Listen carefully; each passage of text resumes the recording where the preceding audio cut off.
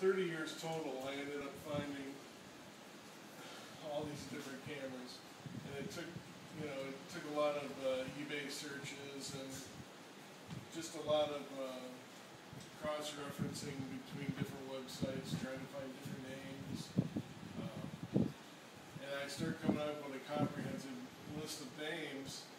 And I had that in my computer, and every time I'd find one, I'd check one off, or if I get one of these and it has a flash version and it doesn't have a flash version, I'd look for all the different variances, and then I started getting real retentive about finding one and making sure it was the best shape, and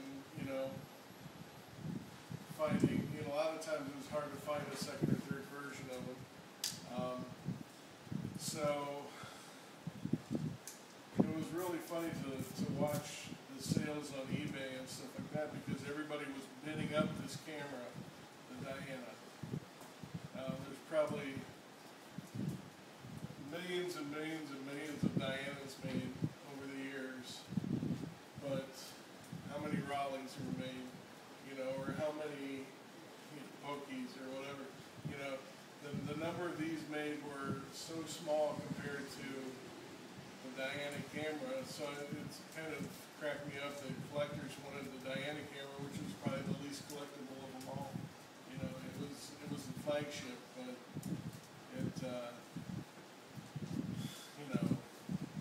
there were so many of them out there. If you wanted something really collectible, it wasn't. It was one of the least collectibles. There's two cameras that I got. I paid a lot of money for. First one was a Playtime Candy camera, and I think I paid $300 or $400 for that. But I've never seen it's the red one right up there on top, the white rewind button. I've never seen another one since. I mean, it's the only one I've ever seen of that kind. And the other one was a Future Scientist flash. And I don't know if they have that one up here or not, but it came with a whole developing kit and little trays and everything, and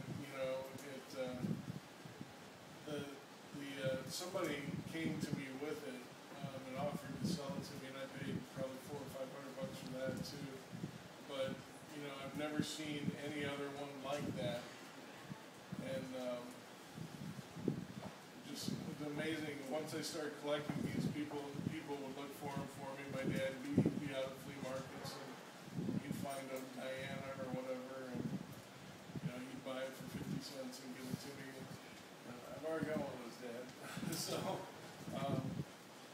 but I think all in all, I had over 103 different names, and there were probably more variations of just different. See that one you just saw there, the green. I saw it right there, the camouflage. I mean, it's amazing how they would make different ones, and I would find different things where the front nameplate was different than the top nameplate.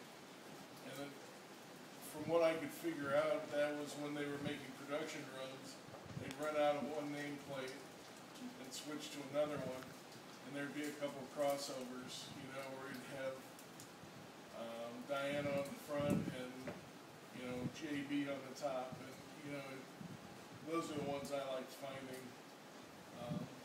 And I have this entire on my website, AllanDetrich.com. I've got every Diana that I ever collected, a picture of it on there, and I've also got some books too. If you're interested, you can talk to me later, but my books I've got have three people that are pretty well known shooters of Diana cameras, and they talk about their philosophies and a little bit with everything. All the history's in here. And some pictures that I've shot are in here. But this is what my book has everything documented just for history's sake.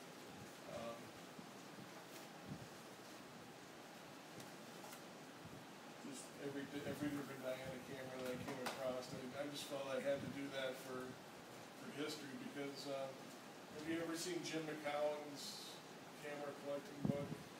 It's about that thick and about that big. About 5 or 6 years ago, he said I had the most comprehensive Diana collection in the world. And that's when I started talking with these guys, and they weren't doing anything but sitting in tubs in my in my closet. And so we started negotiating, and we ended up, out here for everybody to see. So it turned out pretty nice. And I don't know if there's any questions you guys have, or any cameras you've had in the past that you wonder how rare they are, or you guys all shooting the new Dianas?